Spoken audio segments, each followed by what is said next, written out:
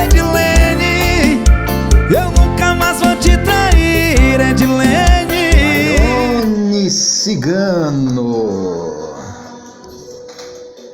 considerado um dos grandes nomes da música e do arrocha. Quem nunca escutou, hein? E consequentemente um representante do arrocha do que temos aí hoje na atualidade. O cantor Tairone começou juntinho ali também com muitos outros cantores que hoje representa o arrocha. O cantor Tairone sabe exatamente aonde quer chegar. Dono de um timbre de voz inconfundível e romântico, o baiano de Cachoeira é ovacionado por onde passa e já carrega na sua bagagem muita história para contar, muita história para falar, contar entre CDs e DVDs gravados.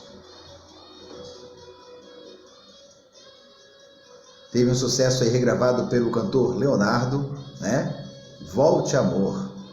Filho de Antônio Machado e Miriam Cardoso Machado, Tairone começou sua carreira aos 14 anos, cantando em bares e pequenas casas noturnas.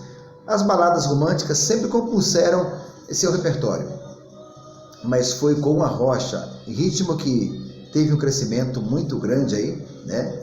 E foi acoplado ao estilo sertanejo.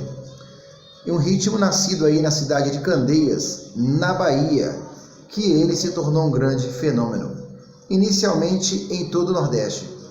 Mas não demorou muito para Tairone se tornar febre no Brasil e alcançar públicos em todos os cantos do Brasil. Podemos observar que o estilo do arrocha está até hoje representado por muitos outros cantores. E alcançou públicos inimagináveis com seu primeiro sucesso, Volte Amor, que até hoje se mantém nas primeiras posições das rádios nordestinas. Foi regravado por nada mais que o cantor Leonardo, Volte Amor. Leonardo que foi um dos primeiros também a incorporar o arrocha na música sertaneja.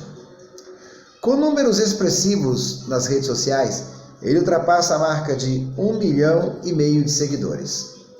Não faz assim, arruma outro jeito pra vingar de mim.